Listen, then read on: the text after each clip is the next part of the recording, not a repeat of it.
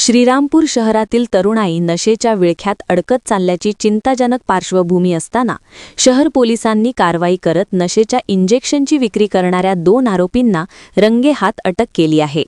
ही कारवाई थत्ते ग्राउंड परिसरात करण्यात आली।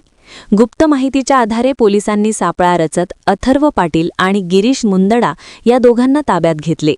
त्यांच्या झडतीदरम्यान तब्बल 55 मेफेंटर्मिन इंजेक्शनच्या बाटल्या जप्त करण्यात आल्या। या जप्त इंजेक्शनची एकूण किंमत 20,519 रुपये इतकी असल्याची माहिती पोलीस निरीक्षक नितीन देशमुख यांनी दिली। विशेष म्हणजे हे मेफेंटर्मिन इंजेक्शन तरुणांमध्ये नशेसाठी वापरले जात असल्याने हा प्रकार अत्यंत गंभीर मानला जात आहे। या प्रकरणी दोन्ही आरोपींविरुद्ध गुन्हा दाखल करण्यात आला असून त्यांना अटक करण्यात आली आहे।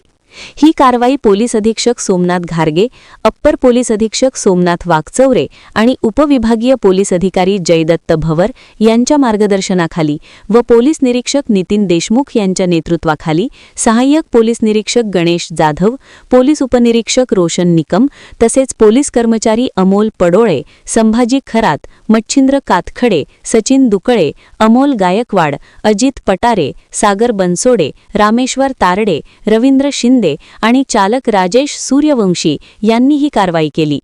शहरात नशेविरोधात अशा प्रकारच्या कारवाया यापुढेही सुरू राहणार असल्याचा इशारा पोलीस निरीक्षक नितीन देशमुख यांनी दिला असून रोजी आम्हाला गोपनीय बातमी प्राप्त झाली होती की श्रीरामपूरमध्ये 2 इसमे नशेचे इंजेक्शन विक्री करण्याच्या उद्देशाने स्वतःच्या कब्जात बाळगणे म्हणून त्यावरून आम्ही आमच्या शोध पथकाला त्याबाबत सदर इसमांचा शोध घेऊन पुढील कारवाई करण्याबाबत आदेशित केले होते। श्रीरामपूर शहर पोलीस स्टेशनच्या शोध पथकाने त्याबाबत खात्री करून सापळा रचून 2 इसमांना ताब्यात घेतले। त्यापैकी एक आहे अथर्व पाटील आणि दुसरा आहे गिरीश मुंदडा। सदर 2 इसमांना ताब्यात घेतले असता त्यांच्या अंगझडतीमध्ये गिरीश मुंदडा याच्या अंगझडतीमध्ये 50 आणि अथर्व पाटील याच्या अंगझडतीमध्ये 5 नशेचे मेफेंटर्माइन इंजेक्शन मिळून आले। दोन्ही इसमांना ताब्यात घेऊन त्यांच्यावर गुन्हा दाखल करण्यात आलेला आहे। अधिक तपास करण्यात येत आहे। नागरिकांनी अशा संशयास्पद घटनांची माहिती तात्काळ पोलिसांना कळवावी असे आवाहनही करण्यात आले आहे।